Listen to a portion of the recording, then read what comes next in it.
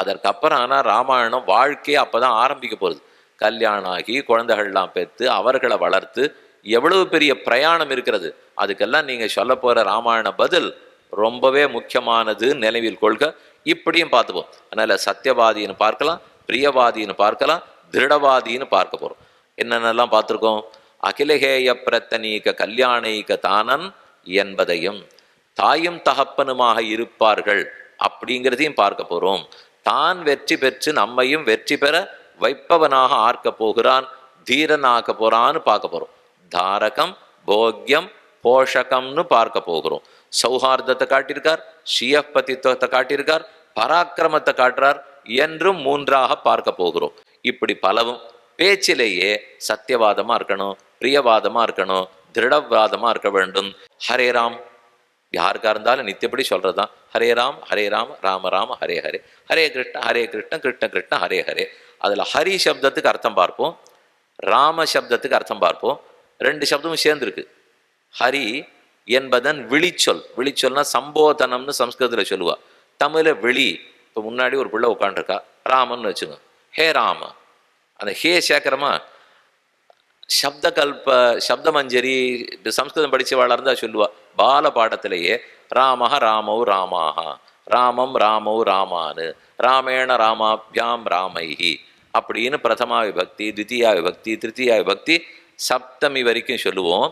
பிரதமா விபக்தியில் என்ன வந்ததோ முதல் வேற்றும உருவிலே ராமஹ ராமௌ ராமாஹான், ஒரு ராமன், இரண்டு ராமர்கள், இரண்டனுக்கு மேற்பட்ட ராமர்கள்.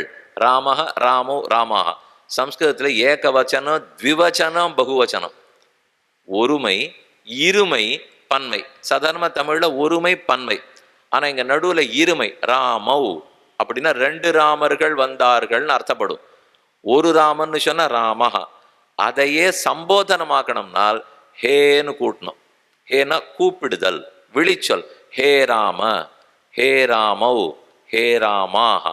ஒரு ராமனே, ரெண்டு ராமர்களே, ரெண்டனுக்கு மேற்பட்ட பல ராமர்களே அப்படிங்கிறத ராமஹ ராமௌ ராமாஹா ஹே ராமன்னு கூப்பிடுவோம். அதே போல ஹரிங்கிற சப்தம், ஹரிஹி ஹரி ஹரயஹா, ஹரிம் ஹரி ஹரின்னு. ஹரிஹி ஒரு ஹரி, ஹரிஹி ஹரி ரெண்டு ஹரிகள், ஹரயஹா மூன்று, இரண்டனுக்கு மேற்பட்ட ஹரிகள். ஹரிஹி ஹரி ஹரயஹா. அந்த ஹரிங்கிறத கூப்பிடுறேன்னு வச்சுங்க, ஹே ஹரே என்றாகும், ஹே ராமன் ஆகும். கூப்பிட்டா ஹரிங்கிறத கூப்பிட்டா ஹே ஹரேன்னு ஆகும். அந்த ஹேங்கிறது ரெண்டு விட்டு போயிருக்கு, ஹரே ராமன் இருக்கு. என்னன்னு இருக்கணும்?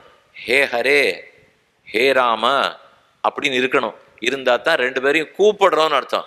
நீங்க அதை சொன்னது சரி சுவாமி, கூப்பிட்டு அதான் அடுத்தது கேட்போம். கூப்பிடுறோம்னு சொல்லிட்டு கூப்பிட்டு அது அங்கே இல்லவே இல்லை.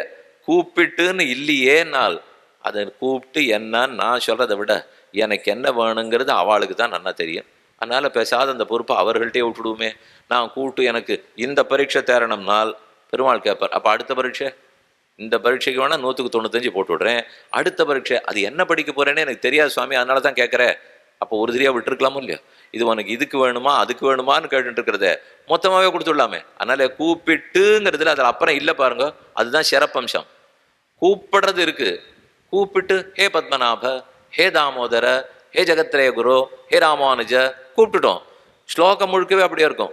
ஹே கோபாலக, ஹே கிருபா ஜலநிதே, ஹே சுந்து கன்யாபதே, ஹே கம்சாந்தக, ஹே கஜேந்திர கருணா பாரீண, ஹே மாதவ, ஹே ராமானுஜ, ஹே ஜெகத்ரேய குரு, ஹே புண்டரீகாட்சமாம். அது வரைக்கும் நல்லா வரிசா கூப்பிட்டுருவார்களா? புண்டரீகாட்சமாம் பாலய, என்னை ரட்சிப்பாயின்னு போய் முடிக்கணும். அதே போல ஹே ராம, ஹே ஹரி, ஹரி அப்படிங்கிறத ஹே சேர்த்தா ஹரேனார். அதனாலதான் ஹரே ராம. ஹே ஹே என்னும் விழி அந்த சம்போதனத்துல ஒரு பாதி விட்டு போய் பாக்கி மட்டும் நிற்கிறது ஹரே ராம். அதனால ஹரேன்னு சொன்னாலும் கூப்பிடுறோன்னு அர்த்தம், ராமன்னு சொன்னாலும் கூப்பிடுறோன்னு அர்த்தம். ராமஹா அப்படின்னு சொன்னால் பிரதமா விபக்தி, முதல் வேற்றுமை உருபு. ஆனா அதுல இருக்கிற விசர்க்கம் போயிடணும். அந்த அஹான்னு வருது பாருங்க, அது விசர்க்கம். ராமஹான்ற இடத்துல அஹா போய் ஹே ராம, ஹே ராமஹா வராது. ராமஹாங்கிறது முதல் வேற்றுமை, ஹேங்கிற விழிச்சொல் சேர்த்தால் ஹே ராம, ஹே ராமோ, ஹே ராமாக. ராமன்னு தான் கூப்பிடணும். அதனால தான் ராமன்னுக்கிறது. ஹரி கூப்பிட்டா ஹரே, ராமஹா கூப்பிட்டா ராம, ஹரே ராம என்று ரெண்டுமே கூப்பிடுற அளவுக்கு நிற்கிறது. இனி ஹரிங்கிற சொல்லுக்கு அர்த்தம் என்னன்னு பார்ப்போம், ராமாங்கிற சொல்லுக்கு அர்த்தம் பார்ப்போம். முன்னும் பின்னுமா இந்த ரெண்டு சப்தம் ஏன் சேர்ந்துருக்கணும்? வேற எத்தனையோ இல்லையா சுவாமி? அதெல்லாத்தையும் சேர்க்காம எத்த சொன்னாலும் ஹரே ராமான்னு சேர்க்கிறோம், ஹரே கிருஷ்ணான்னு சேர்க்கிறோம், ஹரே கோபாலான்னு சேவிக்கிறோம், ஹரே கோவிந்தான்னு சேவிக்கிறோம்னால் இந்த ஹரி சப்தத்திலே ஏதோ ஒரு பொதுவான நன்மை இருக்கணும். அதனால தானே எதோட வேணா சேர்றது, ராமத்தோடையும் சேர்றது, கண்ணனோடையும் சேர்றது, கோபாலனோட சேர்றது, கோவிந்தனோட சேர்றது. அப்படின்னா இந்த ஹரிநாமத்தில் ஏதோ ஏற்றம் இருக்கு. முதல்ல கார்த்தால எழுந்த உடனே அதைத்தான் 7 தரம் சொல்லணும்னு தர்மசாஸ்திரம் சொல்றது. பிராதர் உத்தாய, விடியற் கார்த்தால எழுந்திரு, எழுந்திருந்தோடனே ஹரி ஹரி ஹரி ஹரி ஹரி ஹரி ஹரி அப்படின்னு 7 தடவை ஹரிநாமத்தை சொல்லிண்டே எழுந்திருங்கிறது. ஏன்னா நேத்தி வரைக்கும் பண்ண பாபத்தையும் அதுதான் தொலைக்குமா, இன்னைக்கு இனிமே பண்ண போற பாபத்தையும் அதுதான் தொலைக்குமாம். நிச்சயமே படுத்தினுட்டீரா சுவாமி? அதுக்குன்னு கார்த்தால எழுந்திருக்கிற சேவை இனிமே பண்ண போற பாபத்தை என்னால் சரி கொஞ்சம் மாத்திக்கிறேன், இன்னைக்கு பண்ண போற பாபத்தை தடுக்குமாம்னு வேணா சொல்றேன். தொலைக்குமாம்னு சொன்னா பண்ண போறது உறுதியாயிடுது, தடுக்குமாம்னு செய்தா கடைசி வரைக்கும் பண்ணாதையான்னு தடுப்புறோம் இல்லையோ. ஏன் அது இந்த நாமத்துக்கு உண்டான ஏற்றம். ஹரிஹி ஹரதி, ஹரத்தின்னா அபகரிக்கிறார், திருடுகிறார், போக்குகிறார்னு அர்த்தம். ஹரிஹி ஹரதி பாபானி, பாபங்களை எல்லாம் ஹரதி அபகாரம் பண்றார். ஏன் போக்குறார்னு சொல்லக்கூடாதா, திருடுறார்னு சொல்லணுமானால்? நாமா கொடுத்துட்டா திருடன் திருடுவனும். நாம வீட்டுக்குள்ள அவன் நுழைஞ்ச உடனே சாவியை தரமாட்டேங்கிறோம், அதனால தான் நம்ம பிடிங்கின்னு போறான். திருடன் வந்த உடனே வெத்தலை பாக்கு வச்சு கொடுத்து, அன்னைக்கு பாயசம் பண்ணியிருந்தா கையில் ஒரு பாத்திரத்தில் கொடுத்து நன்னா சாப்பிட்டுட்டு தெம்பா எடுத்துன்னு போவோம். அப்படின்னு சொல்லிட்டா நிம்மதியாக எடுத்துன்னு போட மாட்டாளா? அது இல்லைங்கிறதுனால தான் அவன் திருடின்னு போறான். நம்ம பாபங்களை இந்தான்னு கங்கையில சமர்ப்பிக்கலாம், பெருமான் திருவடிகளில் சமர்ப்பிக்கலாம். நாம நம்ம பாபத்தை புரிஞ்சுட்டு தப்புன்னு தெரிஞ்சுட்டு சமர்ப்பிப்பனாமல் மாட்டேன் என்கிறோம். அதனால் நம் பாபங்களை அவர் திருடித்தான் போக்க வேண்டி இருக்கிறது. நானா சமர்ப்பிச்சுட்டா ஹரத்தியே வராது, ஹரி வரவே வராது. நான் சமர்ப்பிக்க மாட்டேங்கிறேன். அதனால நாம பார்த்துட்டே இருக்கிறச்சே அவரா எடுத்துன்னு போன்றது. பஷ்யத்தோ ஹரத்வம்னு ஒன்று சொல்லுவா, அது வேடிக்கையான விஷயம். பார்த்து கொண்டே இருக்கிறச்சே திருடின்னு போயிட்டார் சுவாமி. செப்புடு வித்த போட்டாரா, கண்ணில் மை போட்டாரா தெரியல, பார்த்துட்டே இருக்கேன் திருடின்னு போயிட்டார். இதுக்கு தான் பஷ்யத்தோ ஹரத்வம்னு பேர். இது எங்க கொண்டு போய் முடிஞ்சதுனால் ரொம்ப தூரம் தொலைக்காட்சியை பார்த்து கொண்டே இருந்தார்கள். இப்போ அதுவும் மாறி கைபேசியை ரொம்ப தூரம் பார்த்துட்டே இருக்கும். பஷ்யத்தோ ஹரத்வம். இதை பார்த்துட்டே இருக்கச்சே வீட்டில் இருக்கிற சாமான்லாம் எடுத்துன்னு போய்ட்றா பாருங்க, இதுதான் பஷ்யத்தோ ஹரத்வம். அன்னைக்கு சாஸ்திரம் சொன்னது வேற, இப்போ நடந்துட்டு இருக்கிறது நம்ம பார்த்துட்டே இருக்கோம், தட்டின்ண்டே இருக்கோம். 1 வயசு குழந்தை இதையே தான் வச்சுருக்கு. இது இருந்தால் தான் சாப்பாடு, இது இருந்தால் தான் தூக்கம், இல்லையா சாப்பாடு 1.5 மணி நேரம். அவ்வளவு தூரம் அதிலேயே போய் ஈடுபட்டுட்டோமா? பார்த்து கொண்டு இருக்கும் போதே நேரம் திருடப்படுகிறது, முயற்சி திருடப்படுகிறது, ஆத்மஸ்வரூபமே திருடப்படுகிறது. எத்தையோ பார்க்கணும்னு ஆரம்பிச்சு வேற எத்தையோ பார்த்து கொண்டு போய் முடிச்சுடுவோம். அந்த ஹரங்கிற வார்த்தையை மட்டும் எடுத்துங்க. இப்போ தினியாடியன் சொன்னது இந்த வார்த்தைக்காக. ஹரிர் ஹரதி பாப்பானி, நாமா பெருமாள்கிட்ட பாபத்தை சமர்ப்பிச்சுட்டா அவர் திருடின்னு போக வேண்டாம். நம்ம கொடுக்க மறுக்கிறோம். அதனால நாம தூங்கிட்டு இருக்கிறச்சே பாபத்தை திருடு வரான், நாம முழிச்சுட்டு இருக்கிறச்சே பாவத்தை திருடு வரான். ஏதோ ஒரு காரியத்தை நம்ம அறியாமல் செய்யும் போது பாபத்தை திருடு வரான். உண்டானால் சொப்பனம் பார்த்துட்டு இருக்கிறச்சே பாவம் தொலையும் தெரியுமோ? சொப்பனம் பார்க்கச்சே புண்ணியமும் தொலையும், சொப்பனம் பார்த்துட்டு இருக்கிறச்சே பாபமும் தொலையும். நல்ல நல்ல சொப்பனமா பார்த்தேன்னால் புண்ணியம் எல்லாம் தொலைகிறதுன்னு அர்த்தம். பயங்கரமா ஏதோ எழுந்து உட்கார்ற மாதிரி சொப்பனம் பார்த்தேன்னால் பாபம் ஒன்று தொலைஞ்சதுன்னு அர்த்தம். சுவாமி அது முழிச்சுட்டு இருக்கிறச்சே தொலைக்க கூடாதானால் மாட்டேங்கிறானே. முழிச்சுட்டு இருக்கிறச்சே தொலைக்கலாம், தொலைக்கிறதுக்கு நல்ல காரியம் பண்ண வேண்டாமா? பண்ணல. தூங்கிட்டு இருக்கிறச்சே இவனுக்கு ஒன்றும் பண்ண முடியாது பாருங்க. பெருமாள் சரியா அப்பதான் பிடிச்சுக்கிறார். இவனுக்கு இருக்கிற சின்ன சின்ன புண்ணியங்கள் எல்லாம் சொப்பனத்துல நல்லதெல்லாம் கொடுத்து தீர்த்துருவோம்.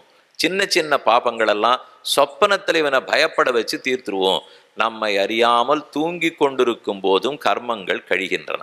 அந்த அளவுக்கு பார்த்துட்டே இருக்கிறச்சே தெரியல, தூங்கிட்டே இருக்கிறச்சே தெரியல, எடுத்துன்னு போயிடுறார். ஹரதி, அதனாலதான் திருடுகிறார். நாம் செய்த குற்றங்களை பாபங்களை நம்மிடத்திலிருந்து திருடுகிறார். ஹரிஹி, இது முதல் சொல். அதனாலதான் கார்த்தால் எழுந்த உடனே ஹரி ஹரி ஹரி ஹரி ஹரி ஹரி ஹரி என்று 7 தடவை சொல்லி வைத்தோம்னால் நேற்றைய பண்ணதெல்லாம் போகும், இனிமே பண்ணதெல்லாம் தடுக்கப்படும், பாபங்கள் திருடப்படுகின்றன.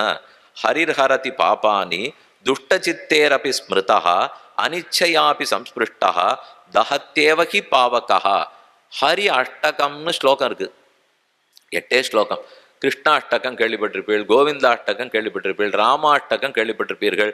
அது என்ன சுவாமி 8 வச்சிருக்காங்க? திருமந்திரம் 8 எழுத்து மந்திரமா ஓம் நமோ நாராயணாயாங்கிறது. அன்னிலிருந்தே இந்த அஷ்டாட்சரம் அஷ்டஸ்லோகம் இதுக்கு 108 தானே. நாமாவளி சொல்றதுனா கூட 108, சஹஸ்ரநாமாவளினா 1008. 8க்கு ஒரு சிறப்பு. அது ஏதோ பெருமானுக்கு பிடித்தமான எண்ணிக்கையா இருந்திருக்கலாம். அந்த 8ல தான் இந்த 8. மதுராஷ்டகம் கேள்விப்பட்டிருப்பீங்க, வல்லபாச்சாரியர் பாடினது.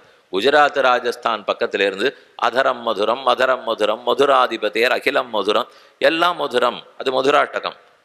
ராமாஷ்டகம், கிருஷ்ணாஷ்டகம், இப்படி பல அஷ்டகங்கள்.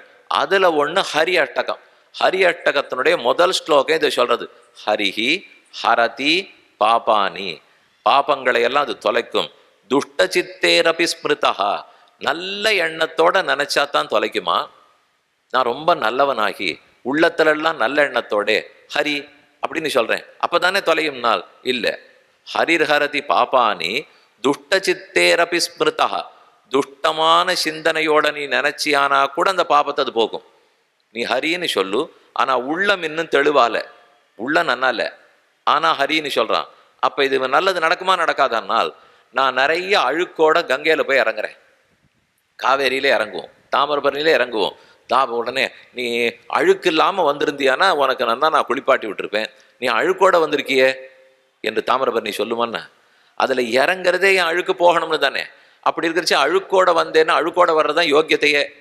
அதுக்கு இருக்கிற அருகத்தை தகுதியே அழுக்கோடு வருவது. ஹரி நாமம் அழுக்கோட வந்தாயேன்னு கேட்காது, உன் சித்தத்துல தெளிவில்லையேன்னு சொல்லாது. கலங்கிய சித்தத்தோட அழுக்கடைந்த உள்ளத்தோட ஒருத்தன் ஹரின்னு சொன்னாலும் அவனுக்கும் அது போக்கும். ஹரிர்ஹரதி பாபானி துஷ்ட சித்தேரபி ஸ்மிருதா, துஷ்டமான சிந்தனை உடையவன் நினைக்கும் போதும் அது செய்கிறது. அதுக்கு உதாரணம் சொல்றார். அனிச்சயாபி சம்ஸ்பிருஷ்டா தஹத்தேவகி பாவகா, நான் விரும்பாமலே நெருப்பை தொட்டாலும் சுடத்தானே போகிறது. நான் விரும்பல, நெருப்பை தொடன்னு தோணல, என்னமோ கைப்பட்டு விட்டது. கைப்பற்றதுக்கு அவர் தெரியாம தொட்டுட்டார், அதனால நம்ம சுடாம குழு குழுன்னு இருப்போம். நெருப்பு என்னைக்கான்னு சொல்லுமான்னு. தெரிஞ்சு சொட்டாலும் தெரியாம சொட்டாலும் சுடற நெருப்பு சுட்டுத்தான் தீரும். அது போல நீ எந்த உள்ளத்தோட சொன்னேன்றதெல்லாம் பேச்சில்லை, ஹரின்னு சொன்னியா நல்லது நடந்து தான் தீரும். அதனாலதான் அனிச்சயாபி, விருப்பமே இல்லாமல் நீ ஹரிநாமத்தை சொன்னியானாலும் நெருப்பை தொட்டால் எப்படி தகத்தியவகி பாவகா அந்த நெருப்பு சுட்டே தீருமோ, ஹரிநாமம் அதை போல உனக்கு நன்மையை பண்ணியே தீரும். ஹரி என்று சொல்ல சொல்ல நம் பாபங்கள் ஒன்றொன்றாக கழியும். இது ஒரு அர்த்தம் ஞாபகம் கொள்ளுவோம். அதே ஹரி அஷ்டகம் 2வது ஸ்லோகம் சொல்றது. ச கங்கா ச கயா சேது ச காஷி சச்ச புஷ்கரம் ஜிஹ்வாக்ரே வர்த்ததே யஸ்யாக ஹரிரித்யக்ஷரத்வயம். யாருடைய நாக்கு நுனியில் ஹரிஹி என்கிற இந்த 2 எழுத்து இருக்கிறதோ அவர்களிடத்துல எதெல்லாம் இருக்கும் தெரியுமோ? ச கங்கா ச கயா ச காஷி, காஷி கங்கா கயா. ஏன் தெரியுமா இப்படியே எடுக்கிறார்? இது ஒவ்வொன்றும் 2 எழுத்து ஊர். அவர் எடுக்கிறச்சே இப்போ சொன்ன ஹரிங்கிறத 2 எழுத்து. யாருடைய நாக்குனியில் ஹரிங்கிற 2 எழுத்து நாமம் இருக்கிறதோ அவருடைய நாக்கிலே அவருடைய திருமேனியிலே கயா உள்ளது, காஷி உள்ளது, கங்கா உள்ளது. ஏன்? எல்லாம் 2 எழுத்து. இந்த 2 எழுத்தை சொல்றவனுக்கு அது அத்தனையும் கிடைக்கும். சேது இருக்கான், ச கங்கா ச கயா சேது ச காஷி சச்ச. இது ஒவ்வொன்று 2 எழுத்து க்ஷேத்திரங்கள். என்ன செய்பவை? பாவனத்துவம், நமக்கு புனிதத்தன்மையை கொடுக்கும் அவை. எடுத்த ஹரின்னு சொன்னால் நம் பாபங்களை போக்கி புனிதத்தன்மை கொடுக்கிறது. கங்கை பாபத்தை போக்கி கொடுக்கும், கயா பாபத்தை போக்கி கொடுக்கும், ஹரிநாமம் பாபத்தை போக்கி கொடுக்கும். ஆனா இங்கிருந்து கங்கையை தேடிண்டு கயையை தேடிண்டு காசியை தேடிண்டு சேத்துவை தேடிண்டு போனோம்னால் சுலபம் இல்லை. ஆனா அமர்ந்த இடத்திலே இந்த ஹரின்னு சொல்றது எவ்வளவு சுலபமா இருக்கு. ஆகவே நம் பாபங்களை போக்கக்கூடிய ஹரிநாமம்னு 2வது ஸ்லோகத்திலையும் சொல்றது. இது நல்லா நினைவில் கொள்க. முதல் அர்த்தம் பார்த்திருக்கோம், ஹரி என்பது பரம பாவனம்.